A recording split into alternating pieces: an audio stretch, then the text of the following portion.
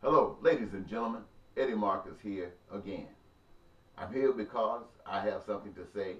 I think and hope you will benefit from it. The American people long ago believed in God. They weren't dead on center, but there was enough belief in God to kind of inhibit some of the crazy things we see in the world today. What is it that allowed them to drift so far away from God? If you gave it some serious thought, I'm sure you would conclude that their image of God was not being fulfilled. They saw God as being the answer to everything. And that God knows everything. And since God knows everything, God knows. God sees their burdens. God sees their hang-ups and handicaps and stumbling blocks. And since God is supposed to be their protector, they don't understand why God won't clear these situations up. In other words, in their mind, God is derelicting duty and responsibility. And at the same time, there's another voice saying that there's another way that you can do it. You don't have to trust God. And see, the reason that they say this is because they know what the problem is in your understanding with God. So they come in and try to meet those needs that God, you hoped, would meet by using another catch. And I've talked about it, and I'm not going to talk about it today, but it's money. And so here we are, ladies and gentlemen, today with that great big question. How are we here? We are here because this is where this road leads. We are here because we deserve to be here. We have allowed ourselves to be shaped and molded into a big ball of hate. And we got a little extensions of some type of generosity for that which is kind of close to our way of thinking. But anything a little outside of that, we hate it. And we hate it because we have no compassion for it. We have no compassion for it because we don't understand it. We have no compassion for it because it's not of us. And still, even in our own understanding of us, there's no room for everybody to be satisfied. So where is that which could satisfy all is outside of ourselves? It must be outside of ourselves. So we look outside of ourselves to find it. And when we find it outside of ourselves, we recognize that the power to cause it to be is within us. So we see a reflection once we run into it outside of ourselves. We see it in us. We see it, our hands, our feet. We see the material tools. And when we respond, well, here is the problem. Man says, I can do it for you. And you are looking for somebody to do it for you.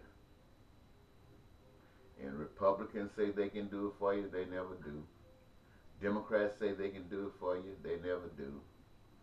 Conservatives and liberals say they can do it for you, they never do. But they keep coming back to you saying that they can. And because you keep looking for somebody else to do it for you, you keep buying into it.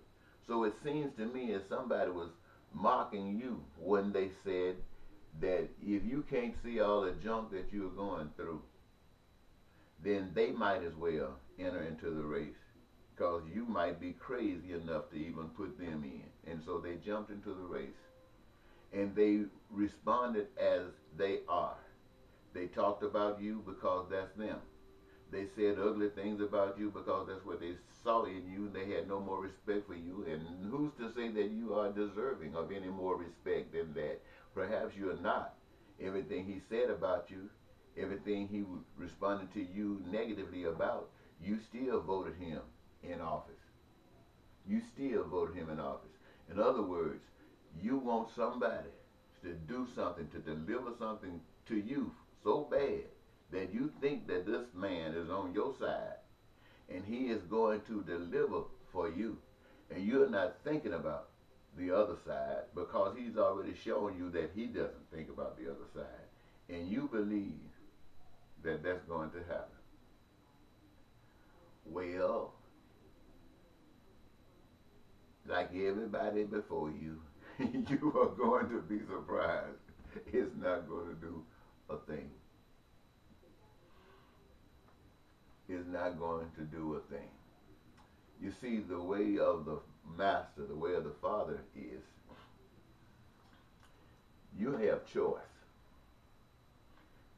If you want peace, if you want prosperity, if you want these things of life, don't expect me to come and make it happen for you in the form of miracles.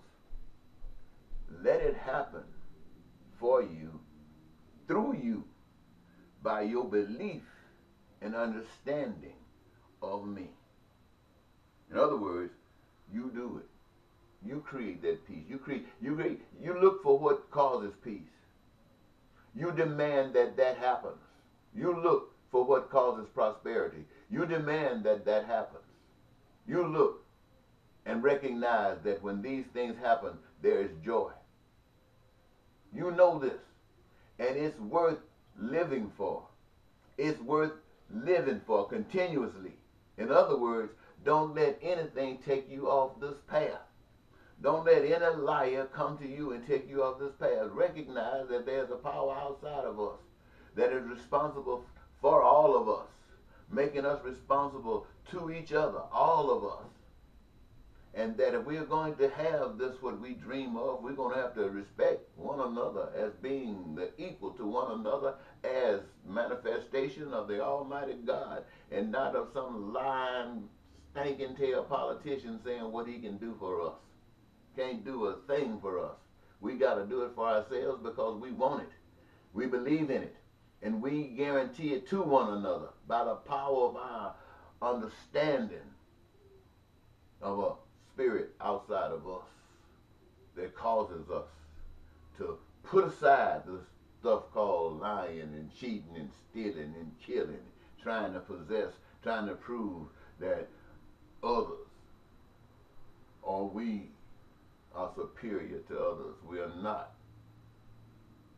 We are as superior as children of creation can be.